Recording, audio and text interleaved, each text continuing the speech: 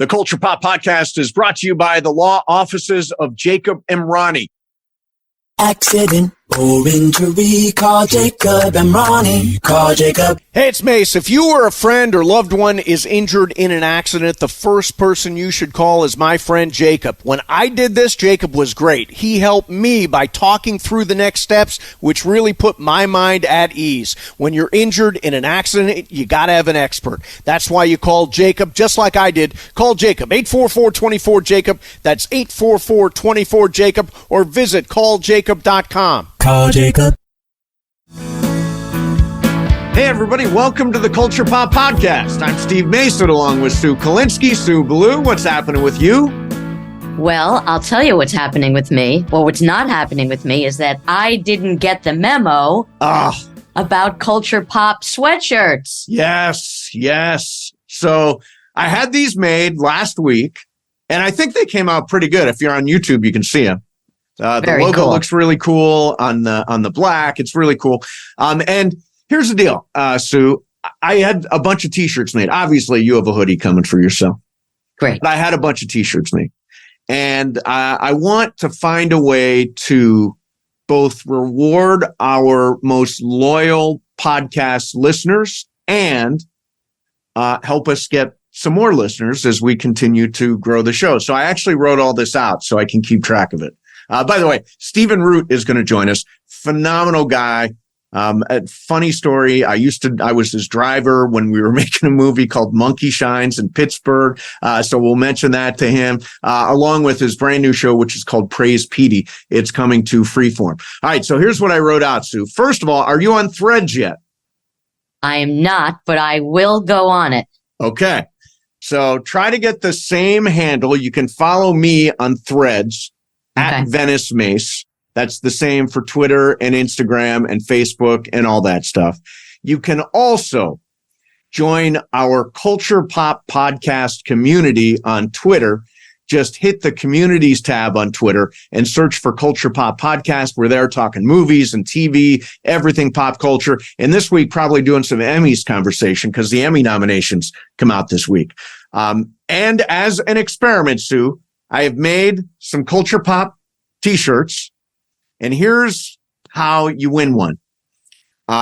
Go to Apple or go to YouTube, wherever you get your podcasts, and leave us a rating, hopefully 5 stars, and leave a review on Apple Podcasts or on YouTube. And then we'll randomly select some people that made comments. After you do, email us at a brand new email address, Sue. I've been doing a lot of work here. You have. You had some time off. Yes, brand new email address. It's Mase, M-A-S-E, and Sue at gmail.com. Mase and Sue at gmail.com. Okay. That was available. I searched for Culture Pop Podcast. Mase and Sue was there and available. So make a comment, leave a review on either Apple or on YouTube, and you may be the lucky winner of a Culture Pop Podcast T-shirt. After you do it, just drop us a note, maceandsue at gmail.com. Whew. That is very cool. We have turned it up a notch here at the Culture Pop Podcast. We are. Look, the show's doing great. We got so many hardcore listeners, and we appreciate that. We just want to grow it more. And one of the reasons why those podcast comments and reviews are important is that the more reviews and ratings you get, the more your podcast climbs on the rankings. And the more they're climbed on the rankings, the more likely people are to see it. So asking for our hardcore listeners' help to continue to grow the show. But you're right, Sue. We've upped our game a little bit here. Very cool. I'm very excited. We're going into a whole new. What do you say? We're in a whole new era. It's a whole new era. We're in a whole new era. Exactly. New era. Exactly. Okay. You should do the Culture Pop Podcast community too. Yes, I did it in the very beginning when you first told me about it, and I've kind of slacked off. But I saw that you had made some comments recently, so I will get back on it. Yeah, jump in there because Emmy nominations do come out, and we'll be able to talk about those. Actually, this is going to be stupid, but I'll just tell you the truth. This podcast will actually come out after the Emmy nominations. So, but we will talk about them on the in the Culture Pop podcast Well, community. like they say in baseball, when a pitcher hits, he's helping his cause. There you go. We have to help our cause. Yes, absolutely. So you had before we get to Stephen Root, you had something you wanted to get to. Well, I don't know if you read about this or saw it. I don't even know. It's so insane. Did you see what Dennis Rodman did to his face? Yes. He got a tattoo of the woman he's dating on the side of his cheek. Yes. And apparently it was even bigger than what it is now. And it's his entire cheek. Yeah. And he had to be talked down from not doing it any larger. So right. He said, so the woman he's dating is Yella Yella. She's, I guess, some rap singer. I know Yella Yella. Okay, you know who she is. I'd never heard of her. No idea. I'm totally kidding. Oh, yeah, Yella Yella. I was listening. It's in my playlist. It's in my workout playlist right now, Yella Yella. It's like Boutros. It's Yella Yella. Exactly. So the reporter asked him, I think it was TMZ, asked him, how did you come up with this? He's, I just woke up. I was just, I just thought that this would be a good idea. I just thought about it yesterday. And it's like, who wakes up one morning and says, I'm going to get a tattoo? I mean, this isn't like an impulse. Well, by the way, and there are impulse tattoos. Like, I guess, sailors used to get mother tattooed on their bicep or whatever it was on their arm. I get that. But to get your girlfriend's face tattooed on your face is completely insane. And what does a partner have to do for you to break up with them? First of all, right? I mean, how insane is this? Right. And imagine that conversation. Okay, Dennis, look, I think we're growing apart. Yeah, but I got this tattoo. I just got the tattoo. I did it for you. So he was saying that he did it because he loves her and he's in it, for life or whatever. And then when you think he's in it for life, and look, I don't want to judge the guy, for his past relationships, but going back to his first marriage, he was married for 82 days. Okay? 82 days. 82 days. Then he was married to Carmen Electra. Sure. Electra. And that marriage was annulled 9 days later. 9 days? Yes. He dated Madonna for a couple of months, and then he was married to some woman, Michelle Moyer. He married her in 2003, and then he filed I don't know who filed for divorce, but divorce was finalized in 2004. So maybe not a great candidate to put a tattoo of a woman that you're dating or married to on your face? Probably not. It's and I look at it as it's kind of like the Sports Illustrated curse, Yes. You don't put the team that you think is going to win on the cover of the magazine. Yes. So it's a jinx. So this is, maybe is going to be a harsh lesson to be learned, because at some point, and sooner than later, he is not going to be with this woman. And if he thought it hurt to get a tattoo on his face, it's going to be brutal getting that off. Yeah. Oh, yeah. It's getting him removed is supposedly way more painful than actually getting it. And then, by the way, getting it on your face. On your face. It's so sensitive. Do you have any tattoos? I have 2. Yeah, I have one. And I mean, it hurt like hell. I was like, and they all say it's going to be way worse if you ever have to have a tattoo removed. This one is fine. But if you had a tattoo you want to get removed, it hurts like hell. And he's going to have some downtime after they split up, because you can't go out and start to try to date somebody else with another woman's face on your face. I feel like you're always thinking about your ex. Oh my God. Or he goes, he dates somebody, they sleep together. She wakes up in the morning. It's like, she sees someone's face on his face. So, just crazy. I just don't get people. See, I love tattoos when they mean something. Like mine means something to me. It's Ganesh. It's the remover of obstacles. Loyal and faithful. It means something to me, right? Greg Bergman, who's my producer on Mason in Ireland, has a big microphone on his forearm with Vin Scully's name, which I think is super cool and timeless. And what is there meaning behind your tattoos? Not at all. Not at all? Not really. I got one when I was like 20, and it was a bird that I got on my shoulder. Yeah. And then Just I got random another bird. just a random bird. I went into the tattoo parlor, saw a bird, and said, "I want that bird." And and then I got a blue rose, kind of like right below my belly. Okay. And was there a meaning for that, or just not like, at all? I just didn't want. Tom likes blue roses, so when he's No, down this there, was way before Tom. Okay. I was probably in my, I don't know, mid-20s when I got that. Yeah. So your tattoos are meaningless. They're pretty meaningless. Yeah. And Here, I designed my tattoo. Yeah, I was like, so you walked in and said, "I'll take that flower and that rose." Basically, I wanted to get a tattoo, and the reason why I got a second tattoo because my first one didn't heal properly, and I wasn't told how to maintain it. Because what happens is, it scabs, and you have to put some like ointment on it to keep it from cracking. And once it cracks, the color comes out. And that's what happened with mine. So you had a bum tattoo. So I have a bum tattoo that I can't stand.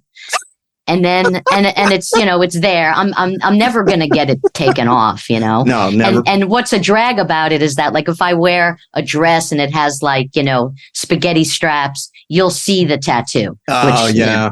So it's kind of. I'll have to look for your bum tattoo. When you see Sue, say, "Hey Sue, can I see your bum tattoo?" And then the other one that I like, you only see if I'm like Tom only sees it. Tom sees it, yeah. Or if exactly. if I wear a bikini, which I haven't worn in years. Yeah. All right. Well, there's your tattoo talk, and good luck to Dennis Rodman. Jesus. So our guest today has appeared in films like J. Edgar, Trumbo, Get Out, The Ballad of Buster Scruggs, and Bombshell.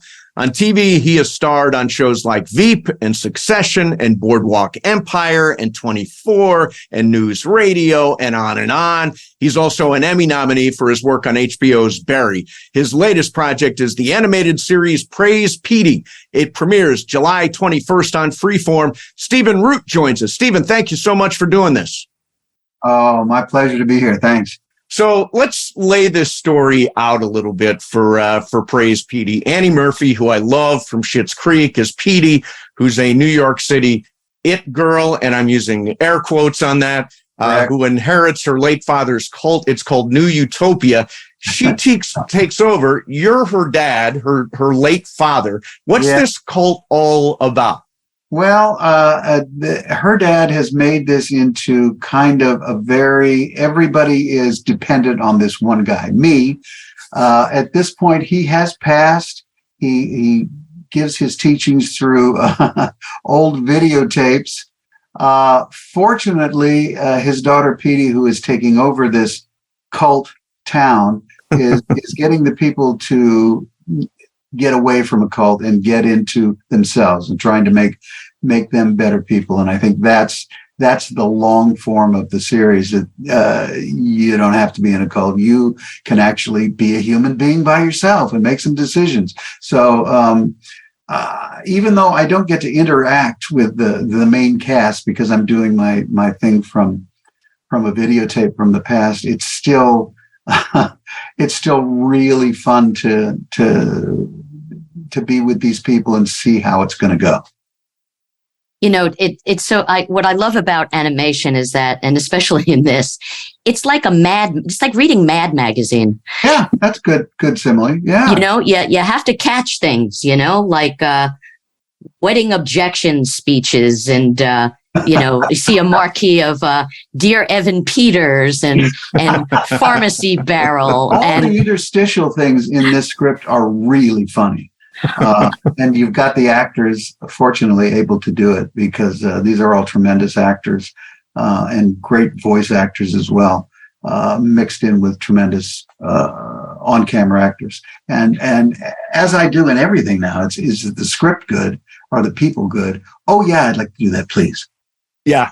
Yeah, well, this is really subversive stuff, which I love. When you get together and start a project like this, obviously, voiceover, animation, is there ever a table read? Like, are you guys ever in the same room together when Never in you're the shooting same this? room. But what was important about this, and we did a table read for almost every script in this new show, which I think is important, is that way the actors can meet each other, even if it's Zoom, and see if they can time off each other, how they can bounce. Because if you're not in the same room, at least you can feel the actor's presence. And we did a table read for almost all of these shows, and it helped tremendously, I think, the writers as well, to hear it. So what, as far as the process, like, so are you in a booth by yourself reading your lines? No, you'll have either a producer or a director read with you, so that you have somebody to bounce off of. But yes, you're doing it singly in your own booth, which is why I'm hoping as we get farther away from COVID that we can put 2 or 3 people in there like we used to do in King of the Hill. We did a old time radio in a circle record, and I'm hoping that can happen again, because I think that's the best way to do it. That way you can really bounce off and time stuff with your fellow actors. So I just jotted down random lines because they were so funny. I mean, the Alan Tudyk bit, he's like a boy. Judy Greer is such a funny line. Fashionable city women who mess with people's money always get shamed via podcast. I mean, this stuff is so funny. It's the best. It's the best. And the fact that Alan did it, that Alan said, come in and do one episode. He's a buddy of mine, and I implored him to do it. I was so happy that he did it. And great, guest stars like that, or Eve Plum, or, Christina. It's fantastic. So good. I love how you make fun of, existing shows like the 5 Elders, 1 House, Elder House. And there was something else where it said, this is a great line. A friend is just a stepmom your dad hasn't met yet. It had to have been the most, the funnest writer's room ever, because I've been in writer's rooms. Sure. And as an actor, I wanted to ask you, have you ever gone in writers' rooms? Like when you would do in news radio, did you go into the writers' room ever? We do. We did at that time, because it was that was unusual at the time, because usually they're completely separated and say what we say and shut up. But we had a very collaborative effort on that show, and we were very collaborative on Barry as well. Bill was happy to say, I don't like this. What do you want to say? Which is wonderful, in a collaborative sense, because it doesn't happen on every show. Yes, so I did get to go into the writer's room a couple of times. We did it more on stage during Barry, just on the fly. But it's always great to be able to throw in something. Yeah, you mentioned Barry, and Barry has finished its run with a spectacular final season. I want to ask about the arc of the series. It starts out as black comedy, hitman, wants to be an actor, but by the end, it's like Vince Gilligan kind of dark. Did you anticipate that was where the series might wind up? Well, talking to Bill throughout the middle of this, off season of 1 and 2, you knew that probably by season 3 it was going to get darker, just because you're talking about a guy with PTSD, and he's probably, without help, he's going to get worse. He's going to get worse and worse, and that's why I think the show ended correctly on someone who was just not going to make it. So that was great reality to me. I'm glad they went in that direction. By the end of the show, people were playing characters that were not the same characters that they started the show with, which is a blessing for a character actor to play. I want to ask you about being a character actor real quick, and I want to get back to Barry too.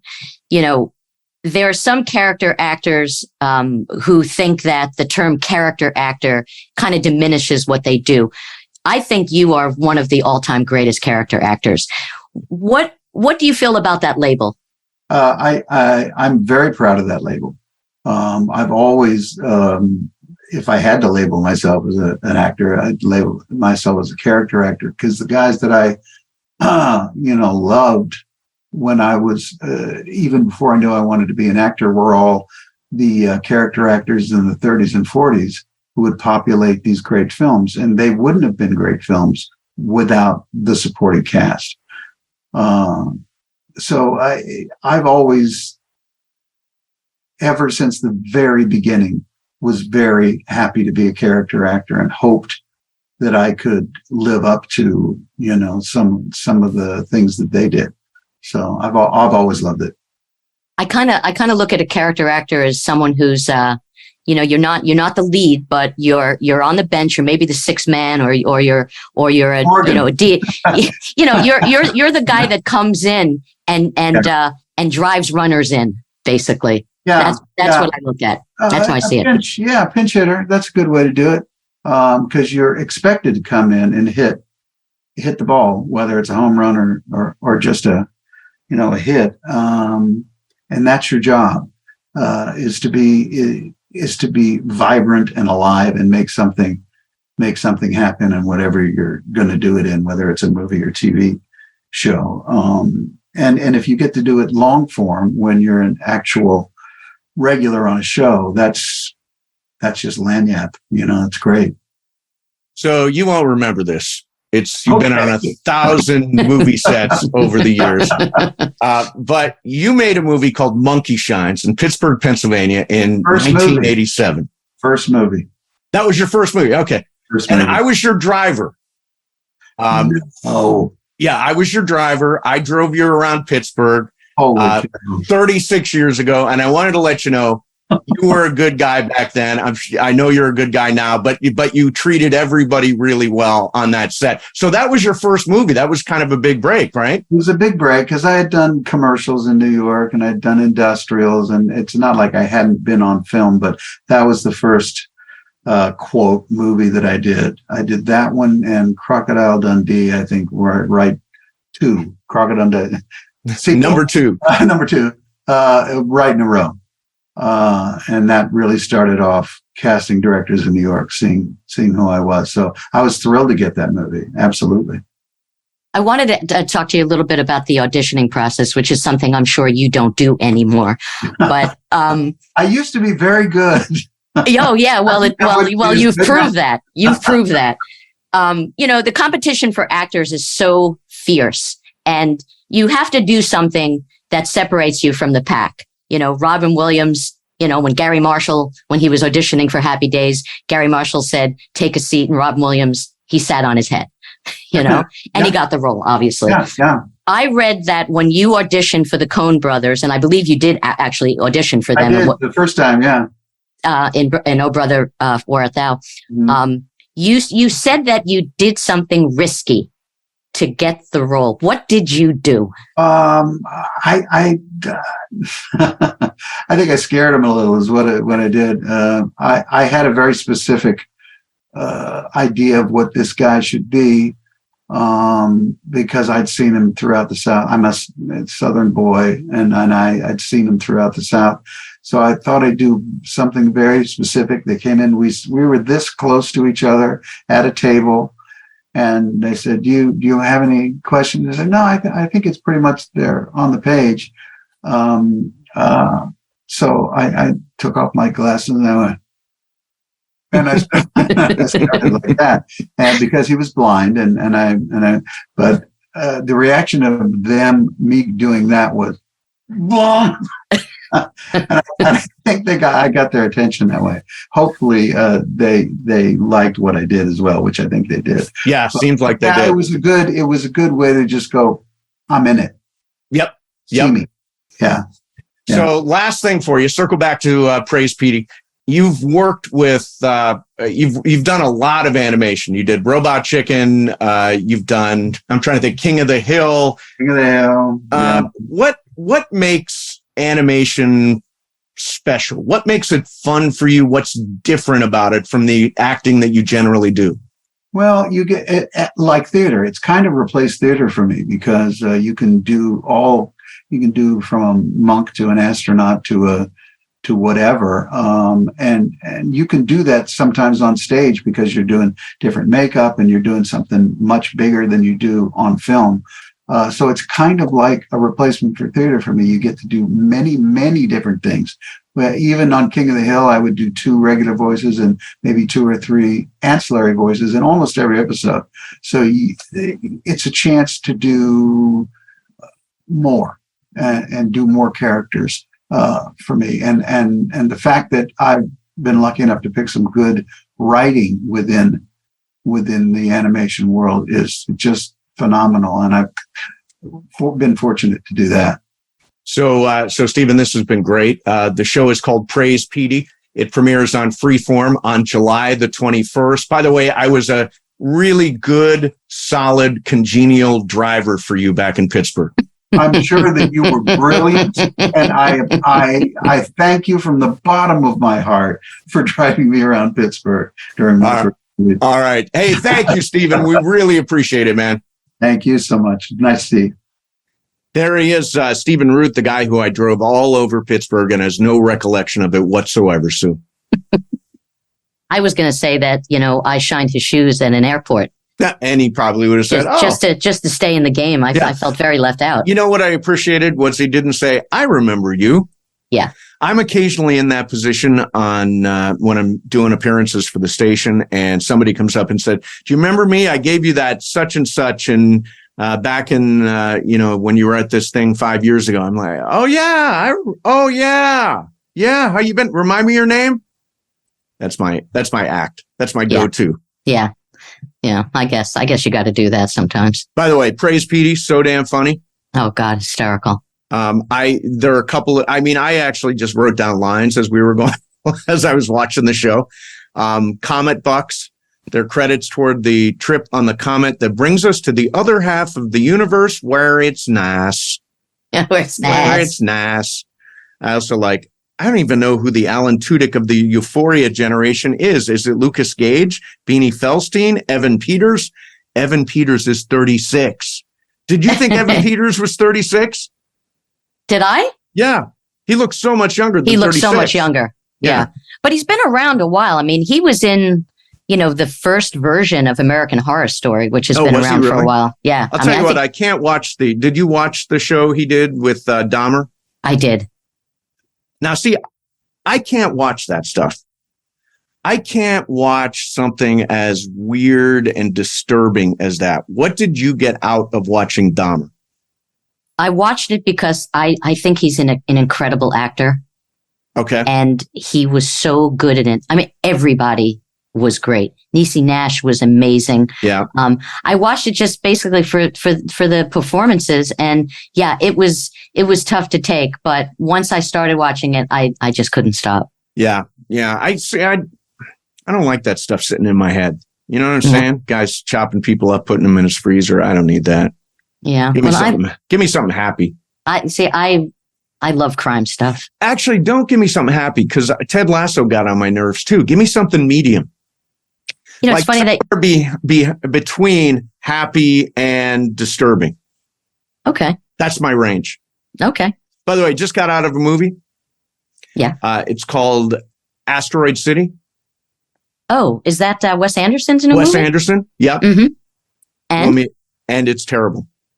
Really? I did not like it one bit. He's become unbelievably self-indulgent, and none of the pieces fit together. It's like when he did movies like, I'll go back to Bottle Rocket. Bottle Rocket, yeah. When he did Grand Budapest Hotel, the stories came together. Royal Tenenbaums, there were characters, there were stories. This is just like random scenes thrown together. And I need more of a through line. Because I didn't know where he was driving half the time. And honestly, it was a very crooked road. So, yeah, I did not care for Asteroid City. Okay, so I guess we won't have anybody from that film on the show. Yeah, that's right. And joining us right now from Asteroid City, I've canceled all potential guests from Asteroid City. That was kind of a harsh review for me, right? It was very harsh because you more often than not like more movies than I do. Correct. Shows. I like movies, and I'm always, you know this, I always think about how many people it takes to make a movie, and I don't want to just like dismiss it, crap on it, destroy it, whatever. You just did. But Wes Anderson's going to survive this podcast review. It's a rare instance when I do this. By the way, to everyone who worked on that film, I say congratulations, bravo. Good job. Good job. I'll say this, the production design was incredible. Yeah. Well, his movies always are. Yeah, I mean, it's beautiful to look at. It just doesn't add up to much. All right, so yeah, all right. Cross off all guests from, but I'll say Bryan Cranston was fantastic in it, though. I bet everybody was, right? Everybody it's was a great great. cast. He usually uses a lot of the same people, and then he throws in somebody new. Yeah, you know? Just kind of a mess of a script. That's my view. My view. So I guess we'll stop it there. I want to remind everybody, don't forget, if you're on Threads, you can follow me at Venice Mase. Sue is going to be on Threads soon enough. Join us in our Culture Pop podcast community on Twitter, and leave a 5-star rating and leave a review on Apple Podcasts or on YouTube, and then send us an email to let us know that you did it. And the email address is maceandsue@gmail.com. Sue, it is great to see you as always, and we will see everybody next time on the Culture Pop Podcast.